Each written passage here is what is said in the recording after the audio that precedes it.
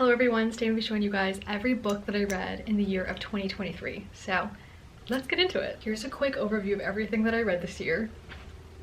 I'm literally standing on the edge of my bed to show you guys. And I just dropped all of them. I hope I didn't bend any of my books because that would be a disaster. I am normally a very slow reader and I don't really know how I managed, but I read 15 books this year. My Goodreads goal was 10 books and I surpassed it by 5.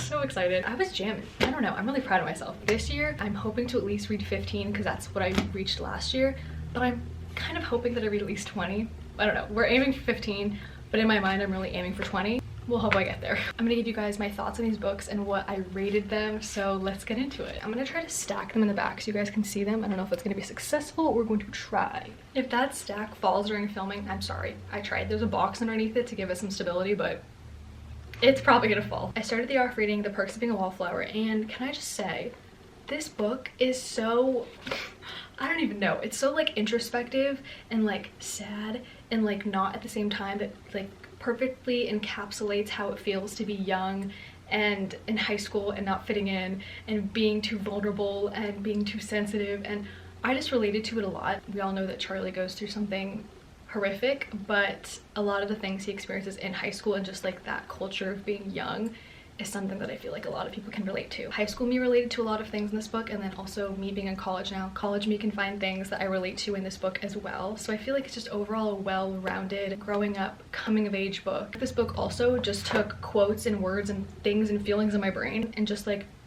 put them into words so beautifully. I also have not seen the movie. I know when I finished this book I was like, I have to read the book first and then I'm gonna watch the movie.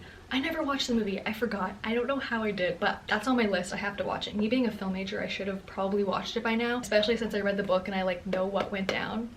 I don't know, but that's on my list. I will be watching The Perks of Being a Wallflower probably in the year of 2024. This year. We're in 2024 right now. I really enjoyed this book. I gave it 4 out of 5 stars. Next books that I read were A Good Girl's Guide to Murder series.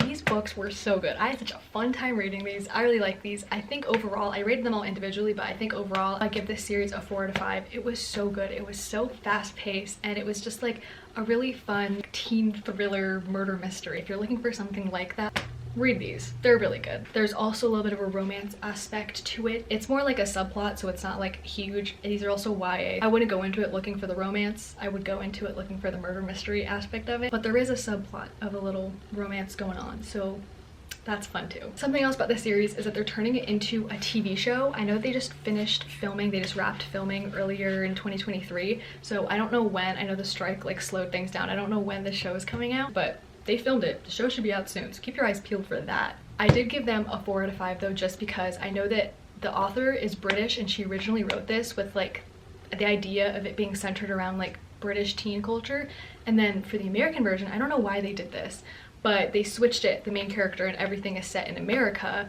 and so a lot of the things they had to translate from like British teen culture to like American teen culture. It's a little cringy at times with the dialogue, I will not lie, but it's still really good and I'm gonna let it pass because I enjoyed it and I had a fun time. The next book that I read was Happy Place by my girl Emily Henry. Love her so much. I will read anything she puts out. I know she has another book coming out. I think it's called Funny Story. I will be reading that, okay? But this book, I gave this book 4 out of 5 stars just because there were times where the characters, they just don't communicate. And I was like, can y'all get your shit together? This is a second chance romance and you guys were once engaged.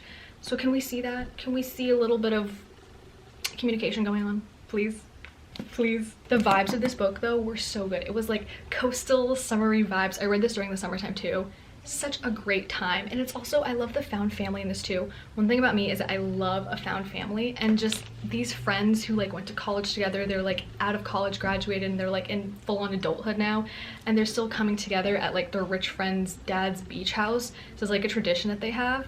And so they're all coming together and they're all dating each other and it's super cute and I really enjoyed it. This book just had a lot of fun vibes. I also like tabbed some things too because at times I was like, that's a little bit relatable. So I enjoyed this. I had a fun time reading it. I will say that this book I think transcends a little bit more than just a romance because you look into the main character's life and her relationships with her parents and her sister and how that translates into relationships with her friends and her love interest, and even her love interest relationship with his parents and the dynamic that he has with them and like his siblings, and how that is also just a big factor and who they are as people and the miscommunication that happens and just All around, I feel like it was well written and I really enjoyed the characters and the story, and it was a fun time. And once again, I love my girl Emily Henry.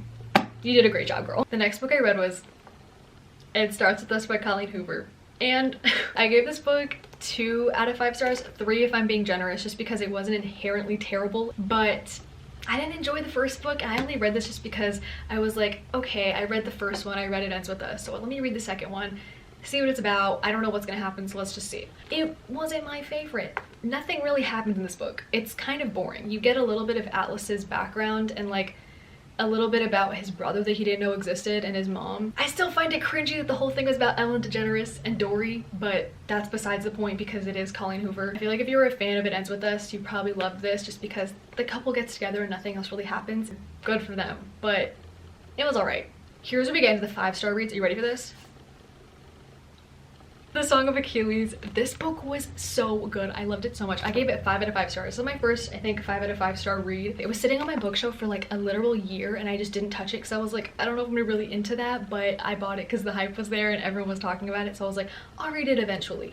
This book was so good. I don't know why I waited so long. I laughed, I cried at the ending. I really enjoyed this book. I get the hype around it. I had never read anything like this before and I just thought it was beautifully written. I love the dynamics. I love the storytelling. I know that there are like some qualms people have with this, and I do kind of understand that because this is a queer love story that it's put into. Is Achilles and Patroclus, you know, they're known to be BFFs, but in here it was like their love story as if that were true. That they're both men fighting in a battle, so like not one of them needs to be weaker than the other to fit like this heteronormative structure of a relationship. I do see what people are saying with that. I don't know if she meant it to have that intention, just because she needed to kind of give Patroclus his like triumphant ending, but I do get what people say when they say that is an issue of theirs. There is that aspect and I do see it, but I thought that the writing was just really good and I just loved the story. I thought it was so cute. I don't know, but I will say reading this book straight after reading It Starts With Us, the jump between these two, I was like, okay, I got like some Wattpad writing here, and then I was like, first page, I was like, huh? The jump between these two was wild. I haven't read it yet, but I also bought the Iliad just because I was like, I need to know where this started from, where it originated from. This would be more of just like a fun read just so I can get some background knowledge on the Song of Achilles. Like, I'm not reading it so I can like annotate it for school and stuff. Most people buy like translated copies. I just literally bought the Penguin one that's like the Penguin classic normal one, but everyone's like, you have to buy a translated or else it's not gonna make sense. I don't really understand because I read the first couple pages and it made sense to me. Maybe it gets more confusing, but I'm not reading it for school or anything, so I'm just gonna read it for fun. 5 out of 5 stars. I loved it. Next book I read, also 5 out of 5 stars, Malibu Rising by my girl Taylor Jenkins Reid. To have both of these back to back, insane. I love Daisy Jones and the Six, so I was like, I have to read this. This book, I loved it so much.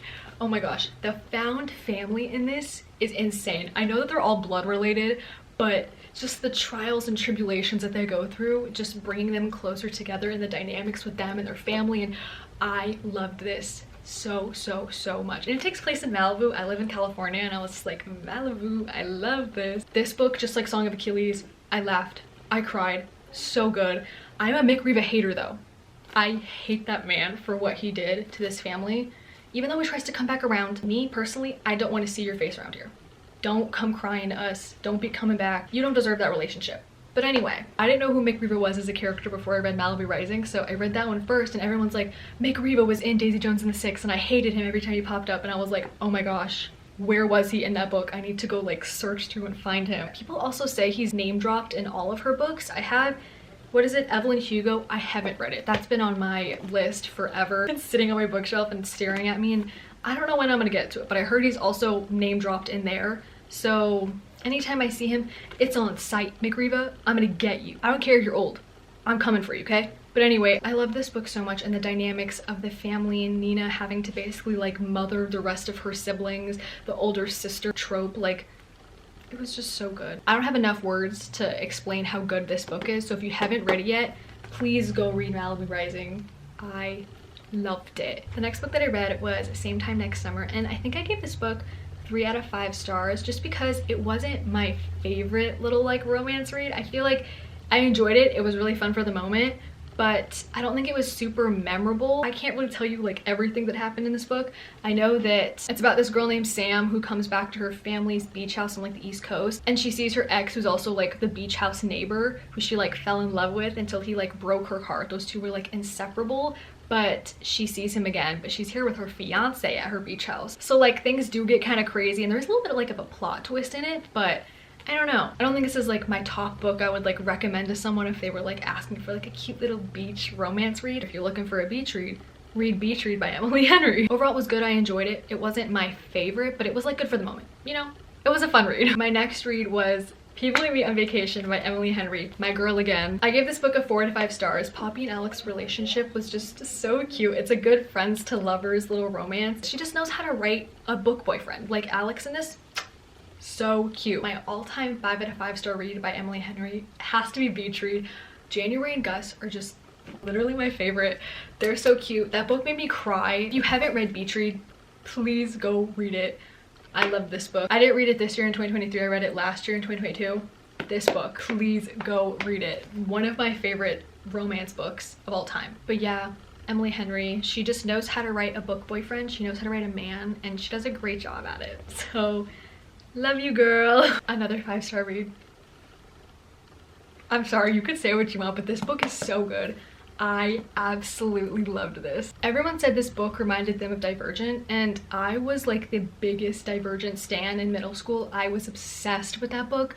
I had the fan count, like that was my everything. So I read this because I was like, okay, let me see what everyone's talking about, and I could definitely see it. Down to the Dawnless chocolate cake, Zayden's favorite chocolate cake, Four's chocolate cake, like oh my gosh. I did do a little reading vlog for Fourth Wing and also Iron Flame, which I did read, and I'm probably gonna be posting this video first because I haven't edited either of those. I did read these in 2023, so I'll probably post those videos soon. But I did do like a whole differences and similarities between Fourth Wing and Divergent, and I mentioned as many as I could in there. So if you're interested, keep your eyes on the lookout for that. I don't think I'd ever read anything like this. Like I hadn't really dipped my toes into fantasy. The only books that I did read that were fantasy were the Six of Crows duology.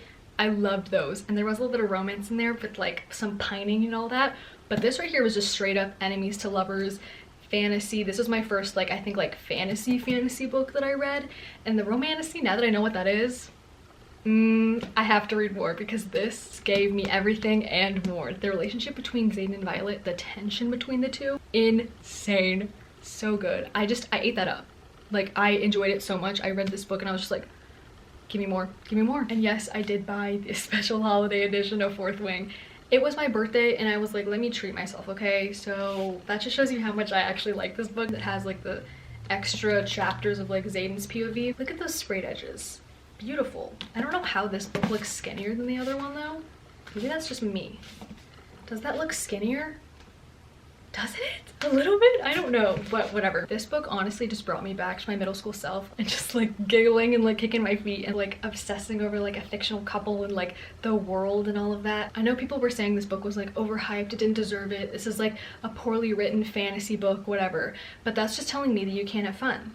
Me, I can have fun. And this book, I had such a great time. I enjoyed this so much. You could say whatever you want, but I loved it. Next book that I read was the iconic, the literary masterpiece, The Hunger Games. Okay, we all know Ballad of Songbirds and Snakes came out, and I just had to do my reread of The Hunger Games. I don't know why, but I was obsessed with this book in 5th grade. This is my 5th grade copy, and I read it during SSR like every class time. I even made this bookmark that says bookmark that has the Mockingjay on it. That's how obsessed I was with this book. For some reason though, I never read the rest of the series. I don't know why. I dressed up as Katniss for Halloween, and when the movies came out, they normally came out the day of my birthday, before or after, so I always had my birthday like centered around The Hunger Games, and we like watched it and like had a little watch party or something. And I got to do that with Ballad of Songbirds and Snakes this year because it came out I think like the day before or something, but I watched it on my birthday as like a little like hurrah, because I don't get a chance to do that anymore, and I think that was the last time. This series is just kind of special to me, but I don't know why I didn't finish the rest of the series. Couldn't tell ya, but I loved it. But anyway, right now, my current read right now is Catching Fire, and I will be reading Mockingjay and the Ballad of Songbirds and Snakes, so I can finally finish the series that I started in 5th grade that I never finished. But yes, I am reading it and I am paying my dues, so don't yell at me, please. Anyway, I don't even know what needs to be said about this book. It's a pop culture moment. It's iconic. It's probably gonna get taught in schools one day. I'm telling you, don't quote me on it because I don't know, but it's so good. And like, you could annotate this bitch up. I know you could. So like, English teachers, get on that. Make a class for this. You have Harry Potter class. You annotate Harry Potter books. Why not the Hunger Games series? I need to live to see that day where kids are annotating. My daughter would be annotating the Hunger Games at her dinner table. I'd be like, hold on, sweetie. I got this. But anyway, 5 out of 5 stars. Great book. The next book I read was Iron Flame. And this book, I think, being generous, I gave it 4 stars, even though a lot of people are rating it 1, 2 stars. It's probably like more a 3, 3.5 stars, but I loved the characters in Fourth Wing. I loved the plot. I loved the tension, the romance, and everything in it. And this just followed through with it. I do understand people's issues with this book feeling rushed. I know that it came out the same exact year as Fourth Wing came out. They were trying to ride that hype. And I feel like they should have totally waited because they probably would have had a way more thought out and, you know, put together book. At times I did have to reread parts because I was like, something's not making sense. Like, I can't picture it fully in my brain, like situational wise, where people were standing or just like fight sequences, because it just wasn't written all that well. I don't know, maybe that's just me. I don't think like a book has to be written like perfectly for it to be good, but there were times where I had to reread things because I was like, something's not clicking. Maybe it's me, but something's not making any sense. There was also the whole thing with the misprints and all of that.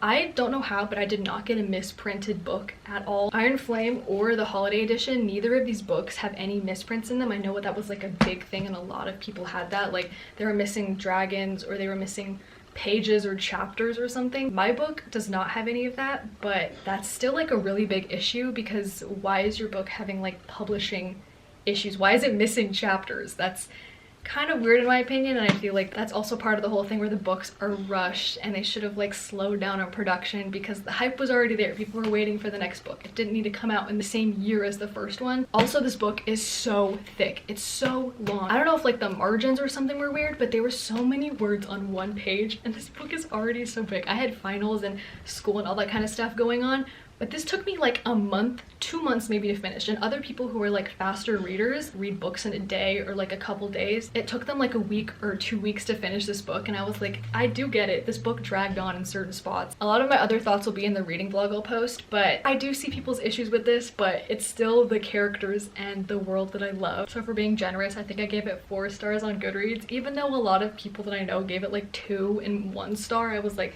that's kind of insane. So maybe 3 stars better fits this book. You can't do half stars on Goodreads, okay? But Fourth Wing is just better, okay? We all know. Fourth Wing is that bitch. She's just a better book. And the last book that I read of 2023 was Archer's Voice. I gave this book a 4 out of 5 stars, but it was so cute. This is my first Mia Sheridan book that I've ever read, and I really enjoyed it. But who was gonna tell me this book was so steamy? Like, no one told me it was like kind of spicy. Like, I thought it was just a cute, like, wholesome little romance, which like Archer is cute and wholesome. I just want to give him a hug, honestly. But like, who was gonna tell me that these two were just like going at it all the time? I also really enjoyed how this book was dual POV, dual perspective. I think that really added to the book a lot, so you could see like both sides. At times I was like, I really wish I could get Archer's point of view of this, and then boom, next chapter was Archer's point of view, and I was like, that's exactly what I wanted to see. I know that people like a lot of Mia Sheridan's work, and this is the only book that I've ever read by her, so maybe I'll check out some more of her books in 2024, but overall, Archer's Voice, super cute. See my big ass pile of books back there, but I'm kind of proud of those 15 because the goal I set for myself was 10, so I read 5 more than I expected of myself to read, so I'm kind of proud. All right, those are all the books that I read for the year of 2023. I hope you guys enjoyed, and keep your eyes peeled for the Fourth Wing and Iron Flame reading vlogs. I filmed them last year at the end of 2023, so hopefully I'll be able to look at the footage and get something edited for you guys. I couldn't do it at the time because I had finals and fall semester was so difficult, but I'm done with that now and I'm on break, so hopefully I can get those up for you guys soon. But anyway, I hope you guys enjoyed, and I'll see you later. Bye!